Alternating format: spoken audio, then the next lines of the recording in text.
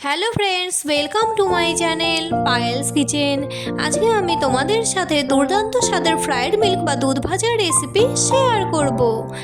এই রেসিপিটি কিন্তু অল্প উপকরণ দিয়ে অল্প সময়েই তোমরা বাড়িতে বানিয়ে নিতে পারবে।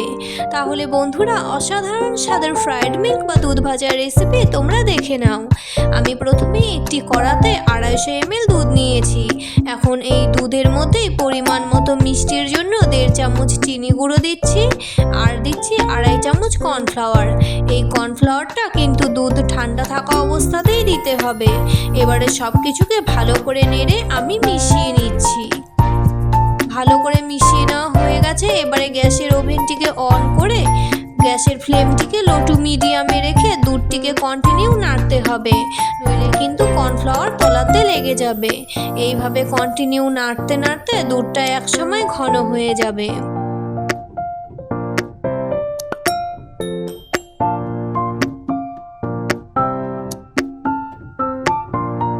দুধটা কিন্তু এখন প্রায় ঘন হয়ে গেছে। এবারে আমি একটি মোল্ডের ভেতর একটি বাটার পেপার নিয়েছি।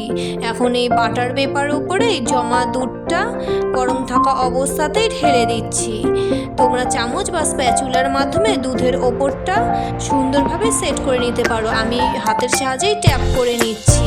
এবারে এটিকে ঠান্ডা করার জন্য 30 মিনিট মতো নর্মাল ফ্রিজে রেখে দিয়েছিলাম।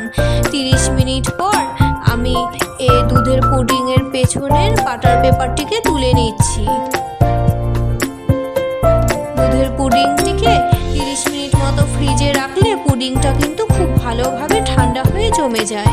ওই কারণেই 30 মিনিট মতো তোমরা নর্মাল ফ্রিজে রেখে দেবে। এবারে দুধের পুডিংটিকে আমি একটি ছুরির সাহায্যে ছোট ছোট পিস করে কেটে নিচ্ছি।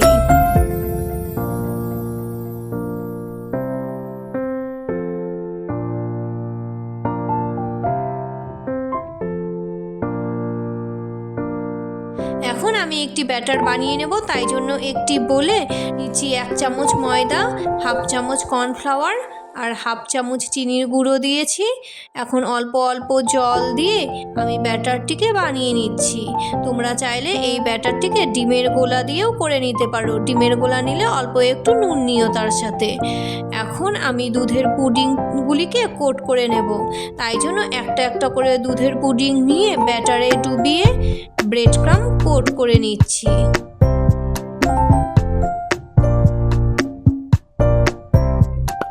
একইভাবে বাকিগুলোও আমি রেডি করে নিচ্ছি।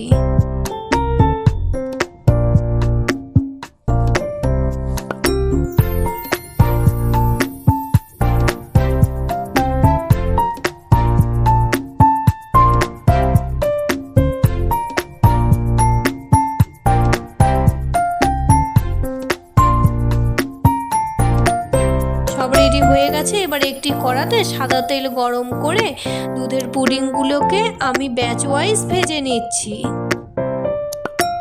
একদিক হয়ে গেলে সবগুলিকে উল্টে পাল্টে ভেজে তুলে নিচ্ছি।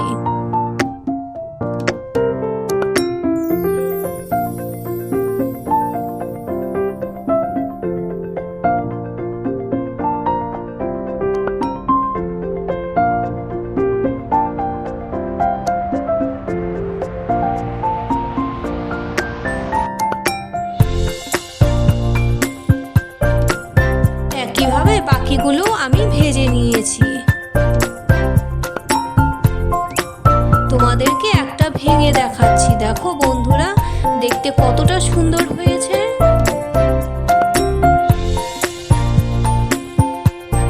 তাহলে বন্ধুরা, আমার আজকের দুধ ভাজা বা ফ্রাইড মিল্কের রেসিপি তোমাদের কেমন লাগলো অবশ্যই কমেন্ট করে জানিও। ভালো লাগলে এই ভিডিওতে একটি লাইক করে দিও। আজকের মতো এই পর্যন্তই। আবারও আসছি নতুন কোনো রেসিপি নিয়ে। ততক্ষণ পর্যন্ত সবাই সুস্থ থেকো ও ভালো থেকো। টাটা।